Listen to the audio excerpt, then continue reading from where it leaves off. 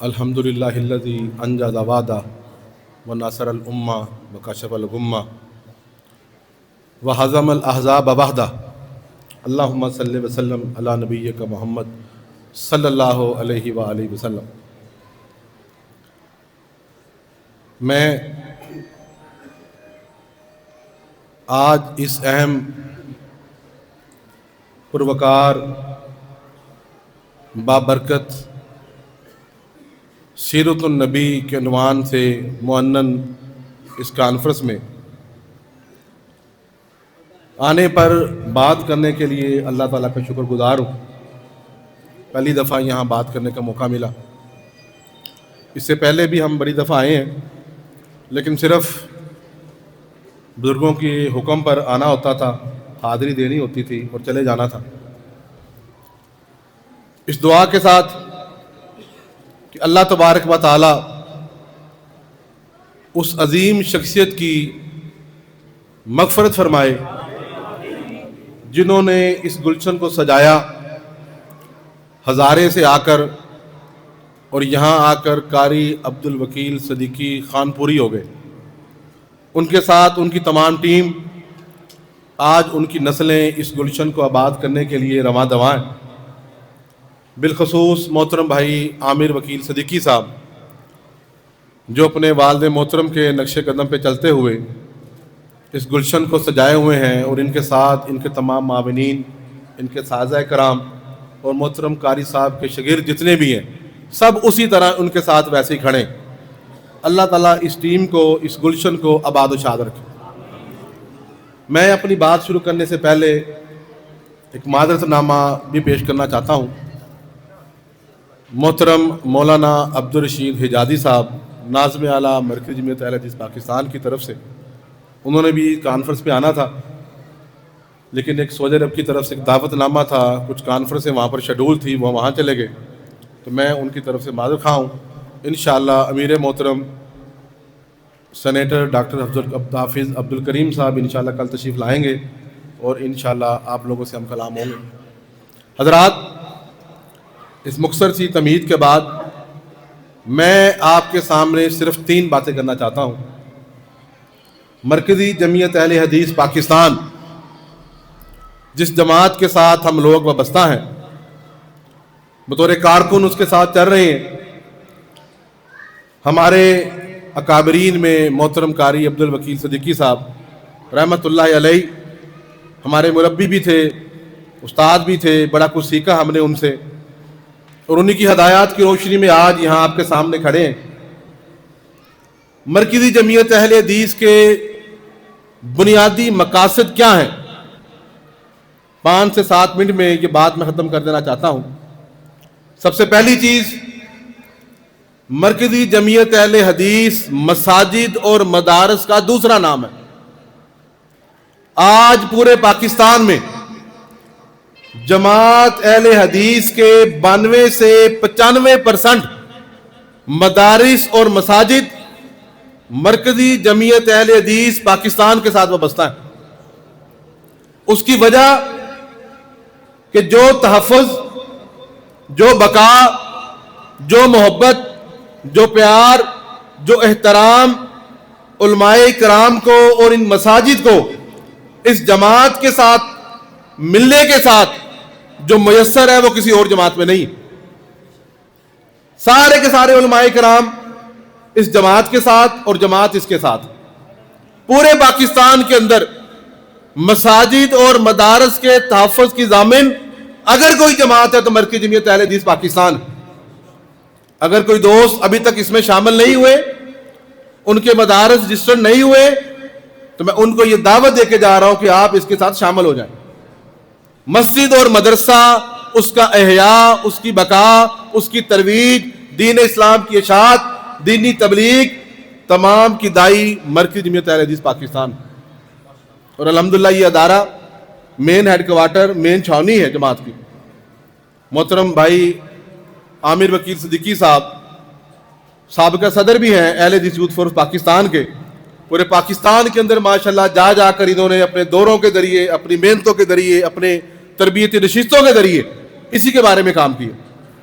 اب جب کہ جنوبی پنجاب کا سیٹ اپ الگ ہوا تو ہم نے بھی کچھ کام اس جماعت کی بہتری کے لیے شروع کیے، آپ کے سامنے شیئر کرتے ہیں۔ شیئر کرنے کے ساتھ آپ کی تائید چاہیے، آپ کی سپورٹ چاہیے، آپ کی حمایت چاہیے کہ آپ بھی اس کے ساتھ شامل ہوں۔ صرف مال کی ضرورت نہیں ہے، مالی تعاون کی ضرورت نہیں ہے، آپ کی اخلاقی سپورٹ کی ضرورت ہے۔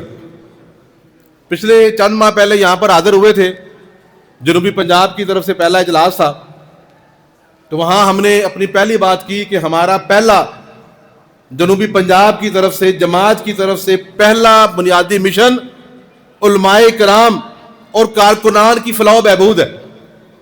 محترم عامر بھائی، ہم نے بات کی، جماعت کے دوستوں نے تعاون کیا، تمام مذہبی جماعتوں میں، صرف جماعت اہل حدیث کی بات نہیں کر رہا، تمام مذہبی جماعتوں میں سب سے پہلی دفعہ ہوا کہ ہم نے علماء کرام کے لیے ایک اعزازیہ پیش کیا، اور پہلے مرحلے میں 500 علماء کرام کو ہم نے اعزازیہ پیش کیا۔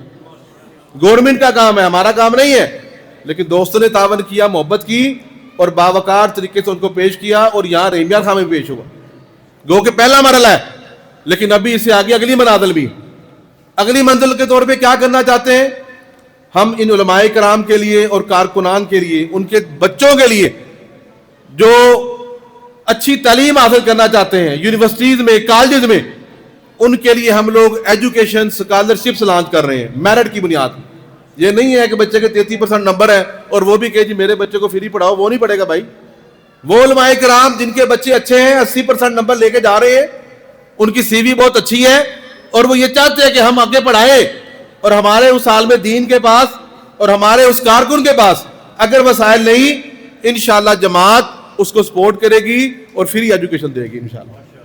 یہ انشاءاللہ ہمارا، اگر آپ سے بات کر رہے ہیں تو انشاءاللہ یہ ہوگا، حکم اللہ کا، فضل اللہ کا، انشاءاللہ یہ کریں گے، کارکنان کے ساتھ بھی ہے۔ اور جو لوگ ہمارے ساتھ تنظیم میں چلتے ہیں ان کی بہتر کارکردگی کے لیے، اور وہ علماء کرام جو عرصہ ہو گیا بیت اللہ نہیں جا سکے، ہم چاہتے ہیں کہ عمرے پر بھیجیں تاکہ وہ ہمارے لیے دعا کریں۔ یہ جماعت کے ہمارے اہداف ہیں اور ہم یہ کرنا چاہتے ہیں۔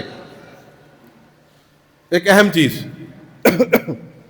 16 اور 17 مئی کو انشاءاللہ مرکزی جمعیت اہل حدیث جنوبی پنجاب کے تمام ضلعی امراء، ضلعی ناظمین، تحصیلی امراء، تحصیلی ناظمین اور ہماری کابینہ کے افراد کے لیے مری کلیات میں ایک تربیتی ورکشاپ کا انعقاد کر رہے ہیں۔ ہم لوگ بیٹھیں، ہم لوگ بیٹھ کر آپس میں باتیں کریں، باتیں کر کے اچھے مشورے، اچھے چیزیں ان کے بارے میں ڈسکشن ہو، اور جماعت کی بہتری کے لیے۔ ایک چیز ہے جو میں اکیلا سوچتا ہوں، ایک چیز ہے محترم بھائی ضیاء الحق صاحب سوچ رہے ہیں، ایک عمر فاروق شاہ صاحب سوچ رہے ہیں، عمر بھٹی صاحب سوچ رہے ہیں، حافظ ارشد صاحب سوچتے ہیں، اکیلے عامر وکیل صدیقی صاحب سوچتے ہیں، اور ایک چیز کو سوچنے کے لیے آپ بھی شامل ہو جائیں۔ 300 200 500 دماغ ملے، ایسے لوگ ممکن ہے اچھی تجویز پیش کر دیں جماعت کی بہتری کے لیے، جس پہ خرچہ بھی کم ہو، اس کے نتائج بھی بہتر آئیں۔ تو انشاءاللہ اس تربیتی ورکشاپ میں بھی ہم لوگ جا رہے ہیں، اور اس کے بعد اس کو ہم نے تحصیل کی لیول پہ، ضلع کی لیول پر بھی لانا ہے۔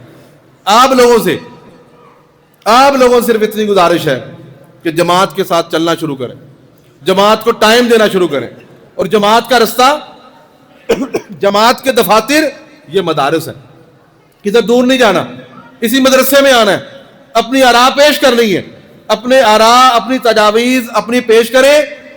یہ ہمارا ہیڈ آفس ہے، یہ ہماری چھونی ہے، وہ ہم تک پہنچ گئی۔ اور آج الحمدللہ ہمیں یہ بات بتاتے ہوئے الحمدللہ اللہ تعالیٰ کا شکر بھی ادا کرتا ہوں کہ الحمدللہ اب تک جو بات جہاں پر کر رہے ہیں اللہ تعالیٰ پوری بھی کروا رہا ہے۔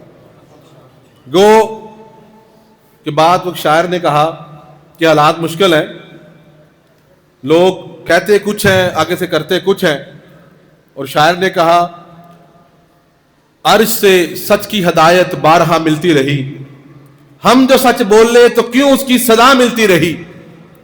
عرش سے سچ کی ہدایت بارہا ملتی رہی، ہم جو سچ بول لے تو کیوں اس کی صدا ملتی رہی۔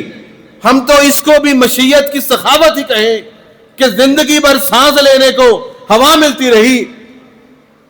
ہم نے رزق کے لیے زمین کھو دی مگر پتھر ملے، ہم نے رزق کے لیے زمین کھو دی مگر پتھر ملے، ادھر پتھر میں کیڑے کو غذا ملتی رہی۔ آخری شعر، ایک پل بھی جینا ایک قیامت تھا ندیم۔ یہ تنظیمی کام، جماعتی کام، مدرسوں کے کام، حقیقت پوچھیں آسان کام نہیں۔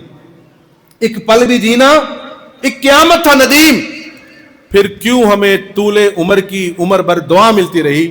اللہ سے دعا کریں اللہ ہمیں کامیاب کرے، جماعت کی بہتری کے لیے کچھ کر سکیں۔ وآخر دعوانا الحمدللہ رب العالمین۔